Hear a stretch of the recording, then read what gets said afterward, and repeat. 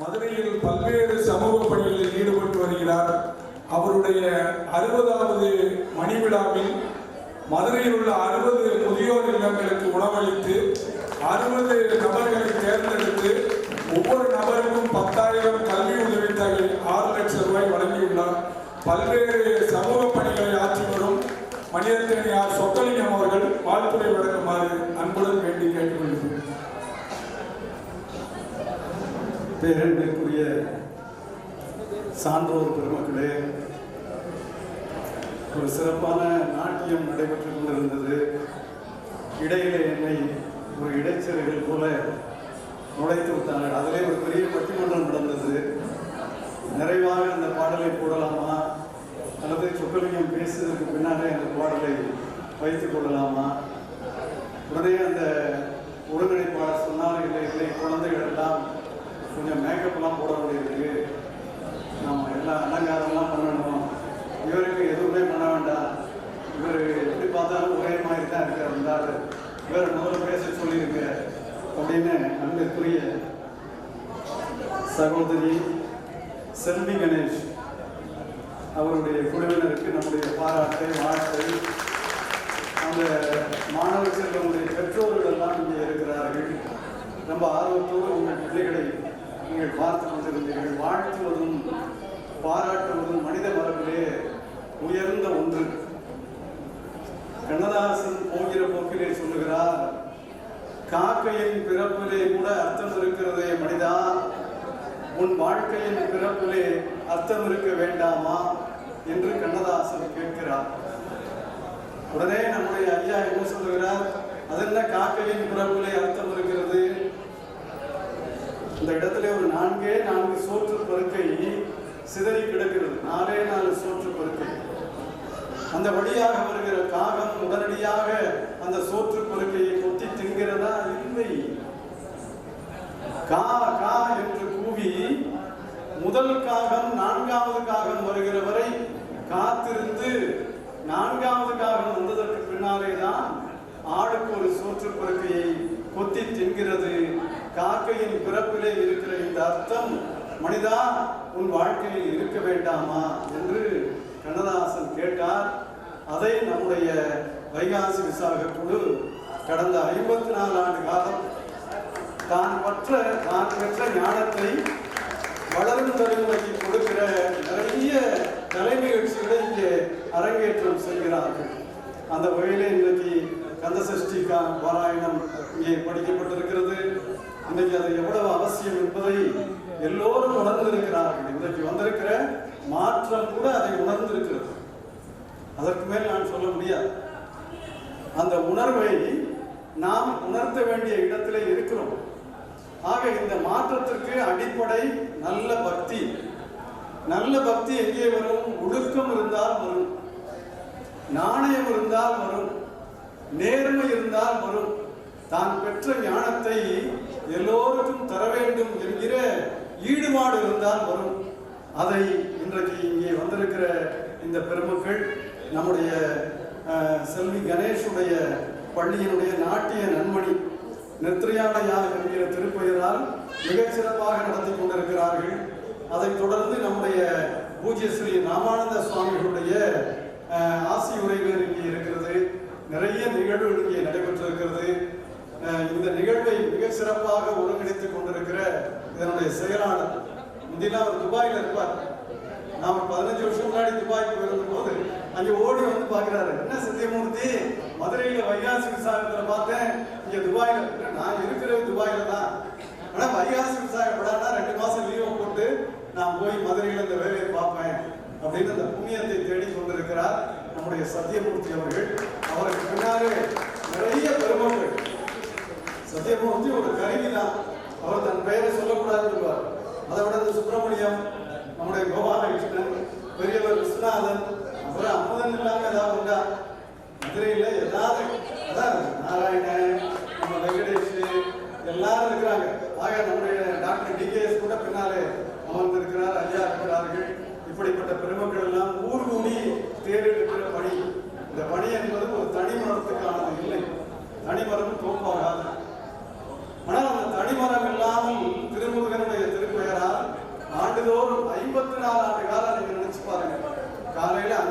தொடங்கி இரவு 10 மணி வரைக்கும் தொடர்ந்து எவ்வளவு நிகழ்ச்சி. தர்மாதிகாரி இல்ல ரைட் அந்த மாதிரி இவங்கெல்லாம் வந்து நிறைய திருப்பணிகள் செய்யறாங்க. ஆனா இன்னைக்கு ஒரு நாள் முழுவதும் 14 மணி நேரம் காலையில ரொம்ப வெக்கையா இருந்திருக்கும். இப்ப பாத்தீங்கன்னா எனக்கு மழை பெஞ்சாலும் பிரச்சனை இல்லை. அந்த மாசம் இருக்குது. இப்பதான் இந்த ஆள் உண்மையா பேசுறான். மழை பெஞ்சா என் தலையில தண்ணி நிக்காது இல்ல, ஐயா தலையில கூட நிற்கும், ஐயா தலையில நிக்காது. அதனால வெயில் அடிச்சாலும் கவலை இல்லை. அதனால அன்புக்குரிய பெருமக்களே, இதையெல்லாம் கடந்து நம்முடைய பொறியாளர் கண்ணன் அங்கே உட்காந்து பார்த்துட்டு இருக்கார். நான் வந்து வாழ்த்துறதுல பாராட்டுறதுல கஞ்சத்தனமே வேண்டாம் அப்படின்னு நினைக்கிற ஆள். அதனால நிறைய நீங்க வாழ்த்துங்க. இன்னைக்கு இளைய தலைமுறையை பற்றி எல்லோரும் என்ன சொல்லுகிறார்கள்? அவர்கள் சரியில்லை, நாம் சொல்வதை கேட்பதில்லை. அப்படி இல்லை.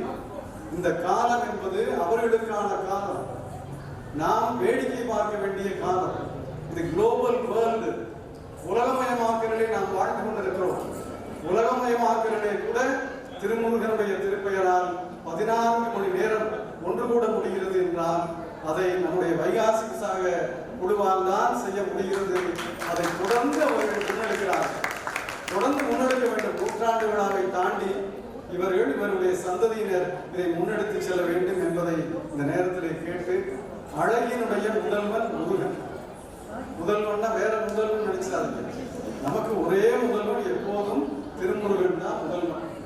ஏன்னா அவன் தான் அழகன். அழகனுக்கு இன்னொரு பெயர் தான் முருகன். அப்படிப்பட்ட திருமுருகன் உள்ளத்தாலும் சேவையாலும் பண்பினாலும் நம்மையெல்லாம் இன்றைக்கு வழிநடத்துகிறார் என்றால், இந்த குழந்தைகளுக்கு இளைஞர்களுக்கு நான் சொல்லிக் கொள்வேன், நீங்கள் பெற்றோர்களை போற்றுங்கள். உங்களுக்கு முதல் கண்கண்ட தெய்வம் உங்கள் பெற்றோர்கள் தான். பெற்றோர்களை போற்றினாலே முருகன் பாருங்க, படம் வேணும் அப்படின்ன உடனே நம்மால் என்ன பண்ணாரு? முழு முதல் கடவுள் ஒரே சுத்தி குடு எனக்கு தான் முருகன் மயில் மேல கிளம்பிட்டார். நாட்டில் என்னென்னமோ பிரச்சனை நடக்குது. நீ திருப்பூரத்துல 87 பேர் மயங்கி விழுந்துட்டான். முருகன் என்ன சொன்னாரு? நான் போய் என் பக்தர்கள் எல்லாம் பார்த்துட்டு வரேன். அந்த 87 பேர் நல்லா இருக்கணும்னு பார்த்துட்டு வரேன். எல்லாரையும் பார்த்துட்டு வரேன். தமிழ்நாட்டில் இருக்க 7 கோடி பேரா? இல்லை இல்லை. இந்தியாவில் இருக்க 130 கோடி பேரா? இல்லை இல்லை. உலகம் முழுவதும் இருக்கிற மனித குலத்தை நான் பார்த்துவிட்டு என்னுடைய பெற்றோரை வணங்கி படத்தை பெற்றுக்கொள்வேன் என்று உலகத்திற்கு ஒரு தர்மத்தை போதித்தவர் திருமுருகன் என்பதை இந்த நாட்டிலே நாம் நன்றியுணர்வோடு பார்க்கணும். அந்த தர்மம், அந்த அறம் உங்கள் வாழ்க்கையிலே உங்களுக்கு பெருந்துணையாக அமைய வேண்டும் என்று இந்த நேரத்திலே கேட்டு, நம்முடைய தர்ம சிந்தனையை, மற்றவர்களை மதிக்கிற பாங்கு இது ரொம்ப முக்கியம். இன்னைக்கு இங்கே பார்த்தீர்கள் என்றால் நிறைய அந்தணர்கள் இதை இருந்து முன்னெடுத்து செல்கிறார்கள். நிறைய வேத விற்பனர்கள் முன்னெடுத்து செல்கிறார்கள். ஆனால் இங்கே வந்திருக்கிற எல்லோரையும் மதிக்கிறார்கள். அந்த பண்பை நீங்கள் கவனத்தில் கொள்ள வேண்டும். இங்க வந்து பார்ஷியாலிட்டி எல்லாம் கிடையாது. இங்கே ஐயா வந்திருக்கிறார்கள், நம்முடைய வணங்குதற்குரிய ராமானந்த சுவாமிகள். நான் அவர்களுடைய நீண்ட காலம் அறிவேன். அவர்கள் எல்லாம் பார்த்தாலே நமக்கு வந்து ஒரு பெரிய புண்ணியம். நான் அவர்கள் ஒரு 35 ஆண்டுகளுக்கு மேலாக நன்றாக அறிவேன். அப்படிப்பட்டவர்கள் எல்லாம் இருக்கிற போது இந்த இசை,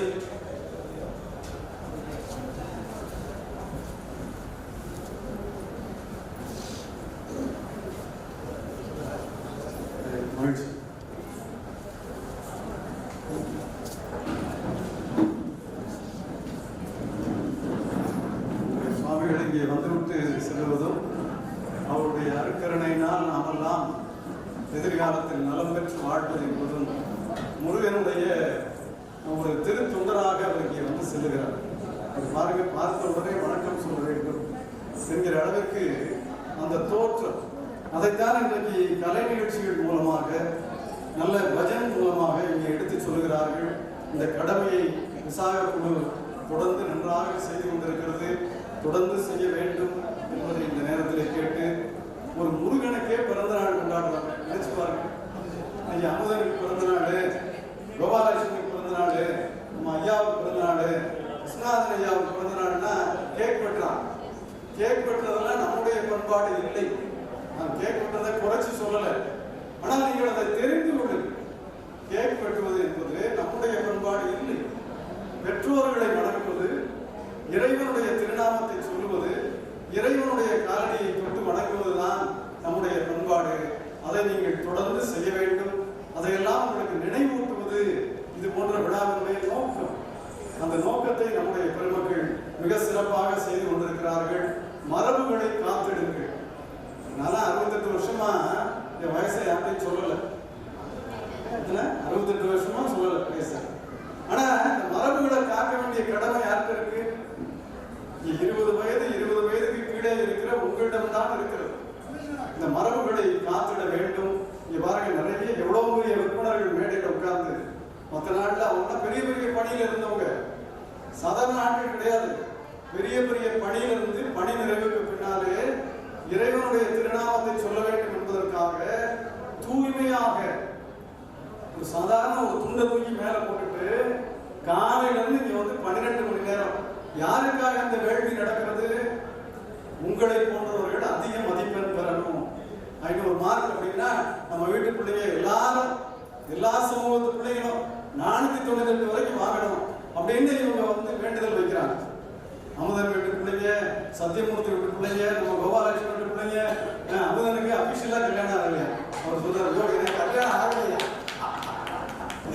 நான் முதல்ல நிகழ்ச்சி மன்றத்துல டிஆர்எஸ் வராரு, டாக்டர் டிஆர்எஸ் பாருங்க. அப்படி இன்னும் அவர்லாம் 90 வருஷமா வயசு சொல்லலையோ, 87 பாருங்க, அவர் 87 வருஷமா வயசுன்னு சொல்லல.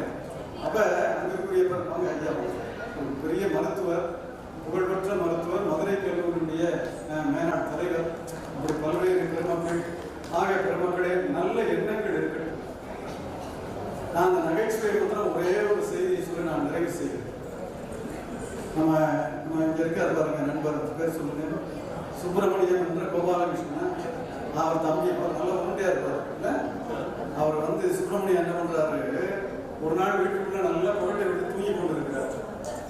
தூங்கி கொண்டு இருக்கிற போது அந்த மாதிரி செய்யுது, புரட்டை விடுறதெல்லாம் அதான் இருக்கு. அவர் தங்கச்சி செய்யுது, எங்க அண்ணன் புரட்டை விடுறதெல்லாம் உங்களுக்கு எப்படி தெரியும்? தூங்கிட்டு இருக்கிற போது நல்லா புரட்டை விட்டு தூங்குறார். திடீர்னு மின்சாரம் நின்று போகுது. நின்ன உடனே சுப்பிரமணியத்துக்கு ஒரே புழுக்கமா இருக்கு. அப்படி புழுக்கமா இருந்தா என்ன ஆகும்? தூக்கம் வராது. நல்லா சவுண்ட் ஸ்லீப்ல தூக்கம் நின்று போச்சு. அந்த தூக்கத்துல எழுந்து தட்டு தடுமாறி அந்த அறைக்குள்ள இருக்கிற ஜன்னல் கதவை திறந்து வைக்கிறார். ஜன்னல் கதவை திறந்து வைத்து விட்டோம், காற்று வருகிறது என்று கருதி சுப்பிரமணியம் மீண்டும் நன்றாக புரட்டை விடுகிறார். காலையில எழுந்து சுப்பிரமணியம் பார்க்கிறார், ஜன்னல் கதவு சாத்தி இருக்கிறது. என்னடா அது, இரவிலே மின்சாரம் நின்று போனது. நின்று போன போது நாம் தானே எழுந்து போய் ஜன்னல் கதவை திறந்து வைத்தோம். இப்போது ஜன்னல் கதவு சாத்தி இருக்கிறது. இந்த அறைக்குள் வேறு யாரும் இல்லை. கதவை கொக்கி போட்டல்லவா தூங்கி கொண்டிருக்கிறோம். ஒரே டென்ஷன். இங்கு முன்னும் பார்க்கிறார், பார்த்தால் பக்கத்தில் இருக்கிற பீரோ கதவு திறந்திருக்கிறது. இரவிலே சுப்பிரமணியம் திறந்து வைத்தது பீரோ கதவை. ஆனால் ஜன்னல் கதவை திறந்து வைத்ததாக கருதி, காற்று வருவதாக கருதியதால் இரவெல்லாம் சுகமாக உறங்க முடிந்தது. எண்ணங்கள் தான் வாழ்க்கை என்பதற்கு இதைவிட ஒரு எளிய உதாரணத்தை உலகத்தில் யாராலும் சொல்ல முடியாது. சொன்னது சொல்லுங்க, அமுதம் கிடையாது. எம்.எஸ். உதயமூர்த்தி சொன்னார், எண்ணங்கள் தான் வாழ்க்கை. எண்ணங்களாலே நீங்கள் உயர்ந்து நிற்க வேண்டும். இங்கே வந்திருக்கிற எல்லோரும் எண்ணங்களால் உயர்ந்து நில்லுங்கள். நல்ல உழைப்பாளி முத்துக்குமார் அப்படின்னு பார்க்கிறார். நமக்கு எண்ணங்கள் நல்லா தானே இருக்கு, நம்முடைய எண்ணங்களால் நல்லா இருக்கும். தேசபக்தியோடு இருக்கு, உதவுகிற உள்ளத்தோடு இருக்கு. அது ரொம்ப முக்கியம். எனக்கு உதவி செய்கிற மனப்பான்மை. நான் பார்த்திருக்கிறேன், பிராமணர்களிடம் பெரிய பாராட்டக்கூடிய முதல் பணி ஒரு சின்ன கடுகளவு என்றாலும் உதவி செய்வதிலே அவர்களுக்கு நிகர் அவர்கள்தான். ஏதோ இறைவனுக்கு பணியாற்றுவது இல்லை, அது ஒரு உதவி, அதுவும் ஒரு உதவி, அதை நான் மறுதளிக்கவில்லை. ஆனால் எல்லோருக்குமான உதவியை நிரம்ப செய்கிற உயர்ந்த நிலை அவரிடம் இருந்தது. அதை நாமும் எடுத்துக்கொள்ள வேண்டும். அது அவர்களுக்கு சொந்தம் இல்லை, எல்லோருக்கும் சொந்தம், மக்களுக்கான அந்த பொது நிலையை நீங்கள் உணர வேண்டும் என நான் இந்த நேரத்தில் கேட்டுக்கொள்கிறேன். காற்று இருவகைப்படும். கால்பந்திலே இருப்பதும் காற்றுத்தான், புல்லாங்குழலில் பயன்படுவதும் காற்றுத்தான்.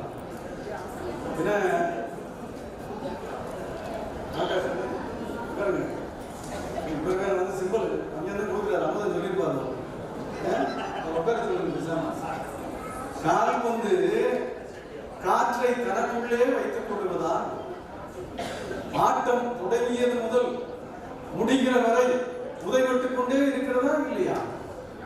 காற்றை தனக்குள்ளே வைத்துக் கொள்ளுகிற கால்பந்து வெளியே விடாத காரணத்தால் உதைவிட்டுக் கொண்டே இருக்கிறது. அதே காற்றை புல்லாங்குழல் உள்ளே வாங்கி வெளியே இசையாக தருகிற போது பாராட்டு தருகிறதா இல்லையா?